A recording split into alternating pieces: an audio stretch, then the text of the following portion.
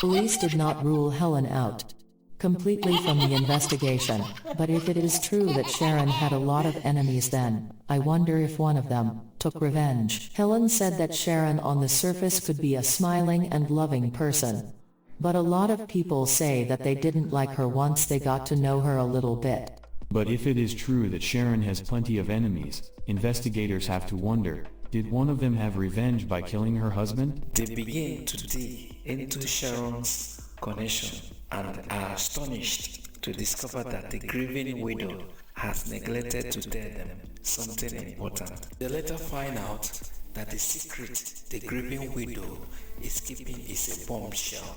Detective who has been working on Charles' murder has been told that his wife Sharon has made a lot of enemies in town. Now they want to know why, so they brought one of Charles' good friends for questioning. Now they got their answers. Was there anything off in Charles' life that you know about? What you should know, that Charles and Sharon didn't have that blissful marriage that everyone thought of. Why is it that every time I ask for love, you always say no? This I don't understand. Charles has beginning to talk to his friend about the coldness he had from his wife Sharon. He also told his friend about his wife cutting him off from sex, complaining that she was too tired from working overtime. But Charles' friend says that the truth is, there is a reason why Sharon is not interested in having sex with Charles. It is because she is getting plenty of sex from other men. Charles received a phone call one day from a woman saying, "Please, keep your poor wife away from my husband." This is crazy. Tell me the truth, you woman.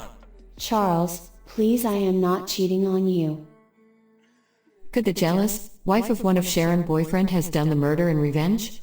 But if that is the case, why was Charles targeted and not Sharon? This did not make any sense.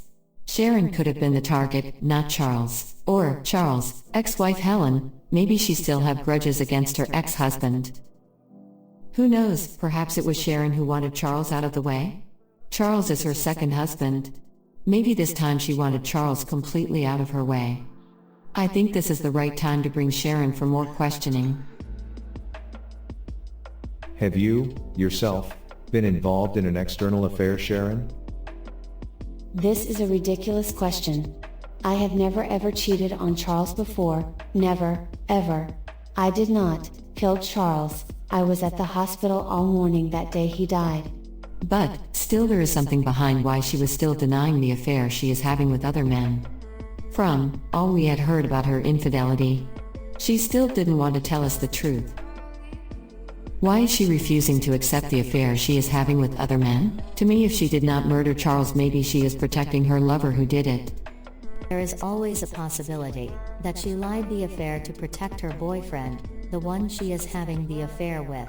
Maybe he was involved in the crime. If her latest boyfriend was expecting more from Sharon, could he have taken a drastic step to ensure that he have Sharon all to himself? There was a lot of speculation that her current lover was involved, that it might be possible that he is the one that committed the crime. Lies are very difficult to manage, because you start up by telling one lie to cover something up and you have to lie again to cover another. At the end of the day, those lies always catch up with you. We came to know in particular that she had at least a kind of an affair out of her marriage, before the murder of her husband. And when the identity of Sharon's current lover is revealed, detectives are shocked. Sharon has been sleeping with one of Charles' closest friends and part-time employer, a married man named Steve. Steve was a young man about Charles' age. He drove a truck for Charles. If Charles is still alive, he will say, "Steve is my friend." And Steve was sacked from his previous job. Charles gladly invited his friend to come and work for him. And when Steve is brought for questioning, he confesses that he has been sleeping with Sharon. I know it was wrong. I would never have to do that to Charles. I apologize. Please accept my apology. Steve was definitely someone that could have had a strong motive to get Charles out of the way. He was having an affair with his wife. He also works for Charles. There is a possibility that he will gain in a financial way. So any of these things could transpire someone into murder. But when the police pressed Steve, he insisted that their affair was just about sex. that he has no intention of leaving his wife for Sharon, and that he had no reason to kill his boss Charles. I know what I did was very wrong. I love Charles, I mean, and I repeat, that I will never ever leave my wife to be with Sharon. At all. The day of the incident indicates that Steve has made a delivery to one of their customers out of town. This question remains. What specific involvement was he in the crime? Was he in fact the mastermind of the crime? To convince investigators of his innocence, Steve offers an important piece of information. He says that Sharon and Charles have another secret that police should be aware of. He says that despite what they had hard, sex wasn't the real problem in Sharon's marriage. It was money. Charles, you need to make more money. I don't know if I can live like this with you any longer.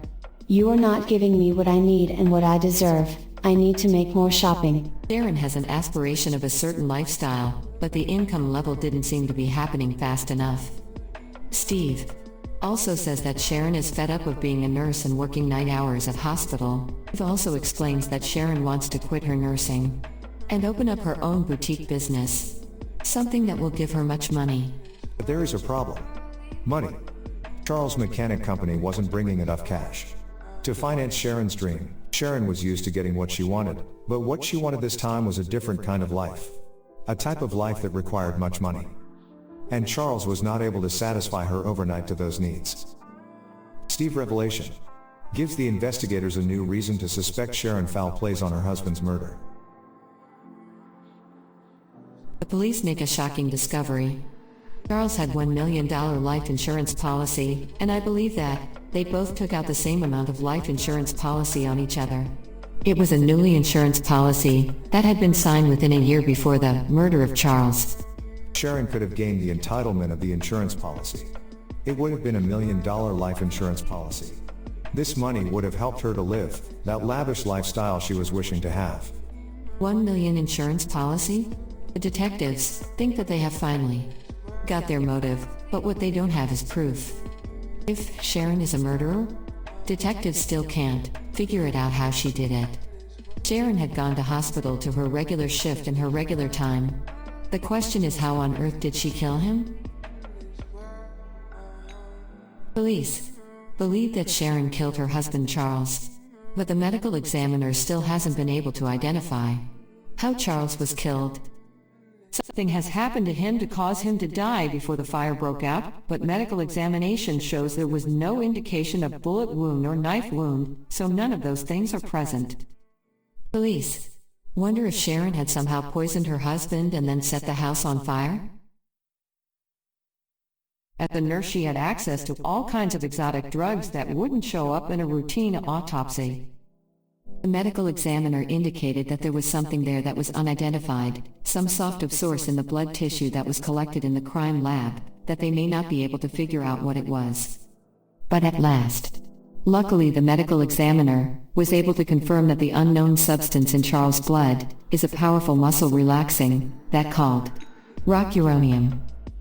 Rocuronium can paralyze the lungs and without a breathing to cause suffocation and a slow death. Just as it did to Charles, rocuronium was easily available to the hospital staff who needed it quickly. Suffocated to death. Just imagine not being able to move or breathe.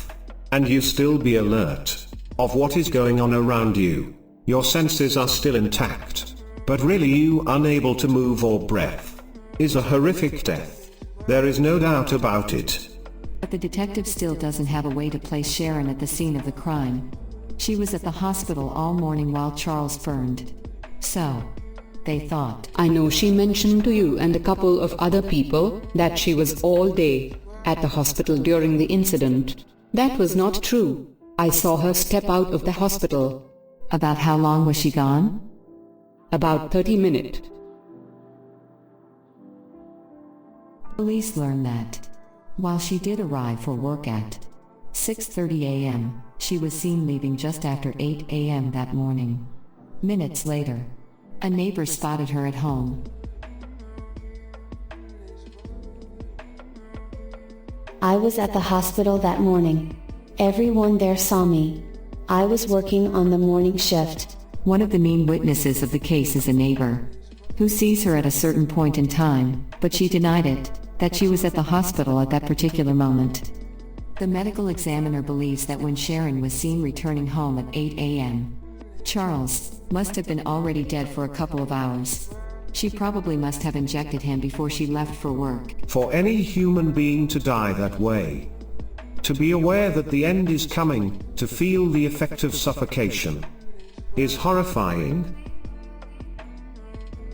She tried as much as possible to start the fire at 6 p.m. She believed that when she turned the iron on high, that the iron would eventually start the fire. But 2 hours later she discovers that her plan has failed. Around 8 o'clock or so, the fire department hasn't called the hospital, and she still has her dead husband back at home. What is she going to do? She has to go back and start the fire again.